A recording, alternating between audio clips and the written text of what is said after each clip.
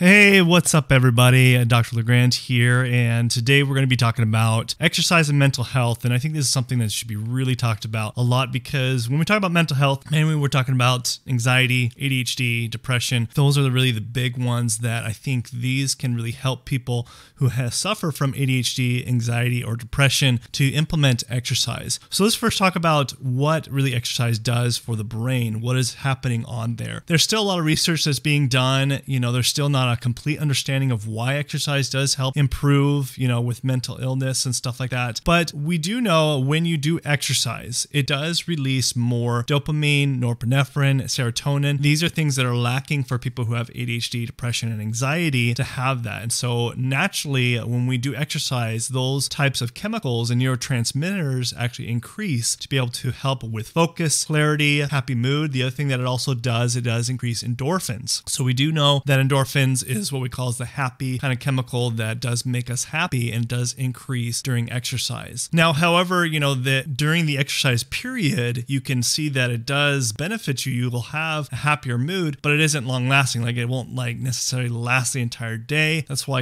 people who do take medications might need to take that. But if you consistently exercise, you will start finding the benefits of getting more of the happier mood, also really helping with anxiety, able to help you more focus better, especially for kids and adults who have ADHD. The other thing that I also want to mention is that it does help establish discipline for people. So especially for people who suffer with ADHD that might have a difficulty establishing discipline and be able to know how to do that, exercise can really implement that, especially if you do things like karate, yoga, things like this that can actually really help establish discipline, especially if you parents are trying to find ways for your kids who have ADHD, need to find ways to actually establish more discipline, is doing some kind of sport or exercise on a regular basis. This also helps with the kind of more of a routine, and it's also more fun for people with ADHD. The other thing is also, if there's a team sport involved, help them to be more of a team player, to be able to communicate, socialize, but it's also more fun versus in the school setting, the academic setting, where they see that that's boring. But getting them more involved in sports and exercise, being a team player, because it's going to be fun, and so they're going to try harder to improve upon that. The other thing that I really want to kind of establish here that can be really helpful, especially with kids with ADHD, is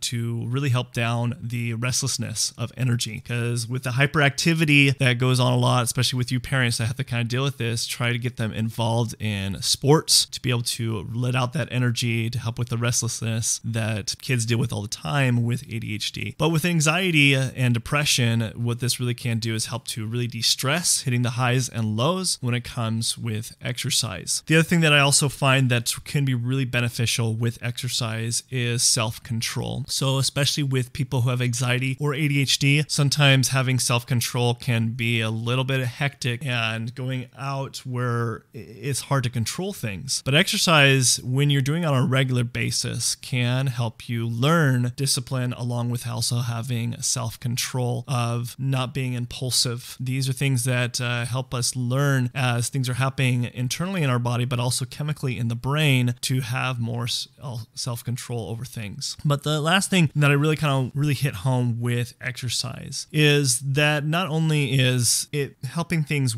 internally with the brain, but also for the rest of our body. So our circulatory system, lymphatic system, it's pumping blood flow throughout the body where there could be deficiencies in the body that needs, work on. And these are things that when we're, being more mindless of things that we're actually doing, whereas exercise kind of helps us to be more in tune with nature, things that are outside of just, our cell phones, social media, things that kind of get us a little bit more down. But if you start doing a regular basis of doing exercise, especially if you go running outside or try to go hiking, these kind of things can help us connect us, ground us from the outside world, to help us kind of establish, to enhance those chemicals in our brain, to be able to improve mood overall and have that balance. These are things that we should really consistently on a daily basis be keep in mind. I know for me, I've been trying to implement more exercise because we lose track of what we're doing because we get busy. We work a lot. I know for me, I've worked a lot, and I'll hit ups and downs with my exercise, but finally first for a long time this year, I've been able to consistently be exercising at least, 5 days out of the week. But, start out slow. These are things that you have to realize that you might have big goals for yourself for your exercise, but start out slow. It might be just 10 minutes of walking a day. That's great. Or maybe it's 10 minutes of walking every other day. At least start with something, then,